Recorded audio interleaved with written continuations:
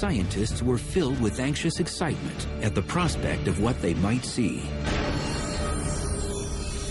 Is it going to see cities? Is it going to see canals? Is it going to see forests? Well, what it saw was craters.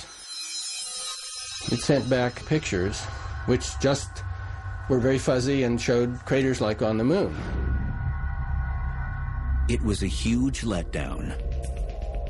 The Mariner 4 images revealed a dry, cratered, desert-like, and seemingly dead planet. Sort of like the moon with a little air to blow the dust around. But the enthusiasm for exploring Mars was only tempered. And 6 years later, in 1971, NASA sent another spacecraft to the red planet, Mariner 9. But this time, rather than just making a single pass by Mars, Mariner 9 was engineered to orbit the planet for weeks and do a complete mapping. The effort paid off.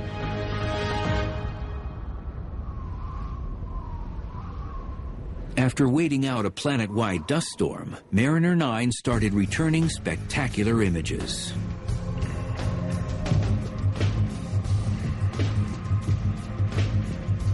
It discovered the Tharsis Bulge, the sort of potbelly of the planet near the equator. The bulge is a result of concentrated and massive volcanic activity. The dominant feature of the Tharsis Bulge is the monster volcano, Olympus Mons. Olympus Mons is about the size of Missouri. If you put it in the middle of the U.S., it would dominate that picture. If it had a major eruption, a volcano of that size would probably fill up one state on every side of Missouri, so my hometown in Iowa would be under lava. Interestingly, it's composed of, we think, 3 separate volcanoes, or at least it's erupted in 3 different ways. If you fly over the top, you see 3 separate calderas. So it isn't just 3 times larger. This is a monster geological event.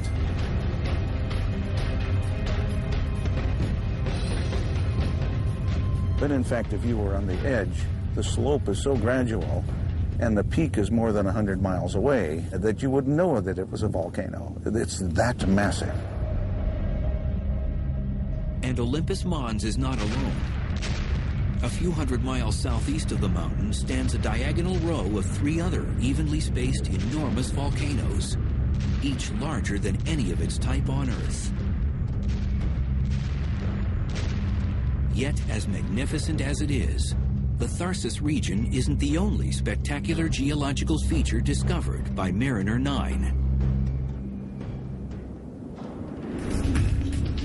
At the eastern edge of the bulge is a colossal tear in the crust of the red planet. It's called Valles Marineris, Mariner Valley, in honor of the Mariner 9 orbiter itself. You look at this thing, it is like the width of the United States. It's this cleaved valley.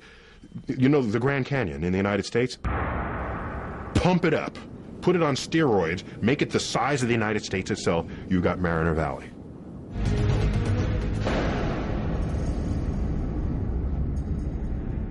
The geological mechanism that caused this immense rupture in the Martian surface is yet a mystery. Scientists can only speculate. One mechanism which I like is that there's a place called the Tharsis Bulge not far away, in which so much lava and other things have accumulated that it's felt it could put a giant torque on the surface of Mars and pull this apart like a zipper.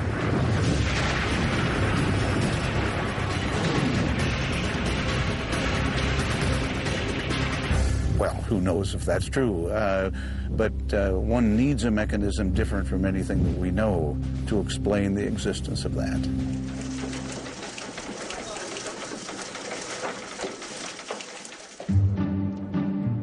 With the stunning success of Mariner 9, the next logical step for NASA was to land a spacecraft on the actual surface of Mars. Scientists were eager to test rock and soil samples for signs of life.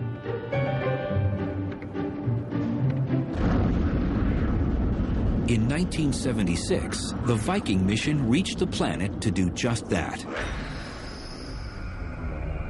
It had both an orbiter and a landing component, equipped with robotic test instruments.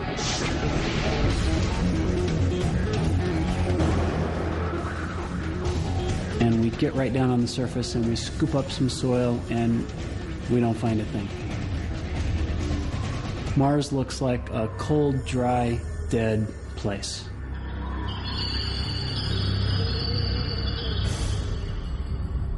But while the Viking lander toiled away on the ground, failing to make headlines, high above the Martian surface, the Viking orbiter managed to capture a mystifying image. While flying over a region of Mars called Cydonia, the orbiter snapped an image of a land formation under cross-lighting. Startlingly, the formation resembled a human face. As a joke, NASA scientists showed the photo to the press, remarking about the face they'd found on Mars. Under more even lighting conditions, of course, the Martian terrain feature does not look like a face at all, just a jumble of hills. But in certain circles, the story of the face on Mars and its NASA cover-up persisted for several years.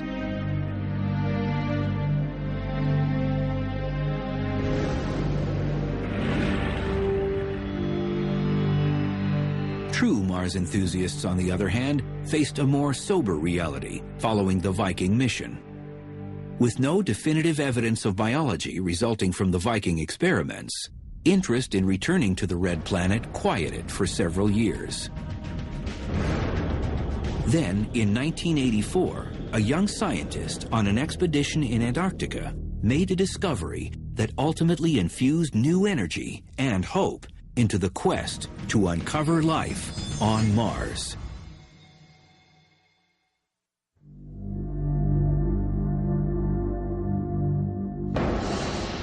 In December 1984, NASA geologists on a meteorite gathering expedition in Antarctica found an odd specimen. A meteorite with an unusual color, a sort of green hue. Most are gray or brown.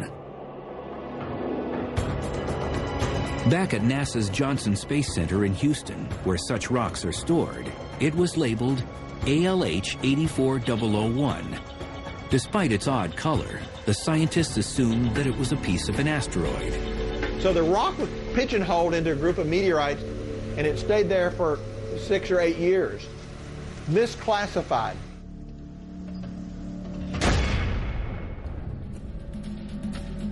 Then, in the early 1990s, an analyst researching asteroids placed a piece of ALH 84001 under an electron microscope. He soon realized he was not looking at a normal meteorite. He was looking at a piece of Mars. The rock had characteristics that matched another Martian meteorite found in 1979. More scientists began studying this sample, and they were astonished when they eventually found what looked like carbon globules.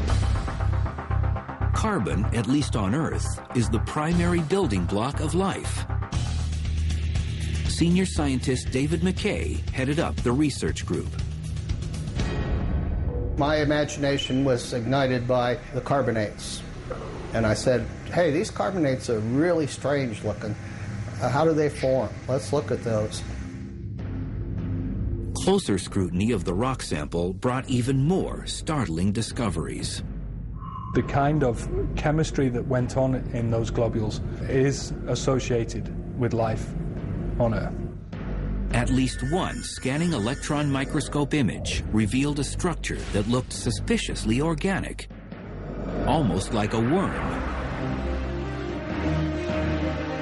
Could it be a trace of primitive Martian biology?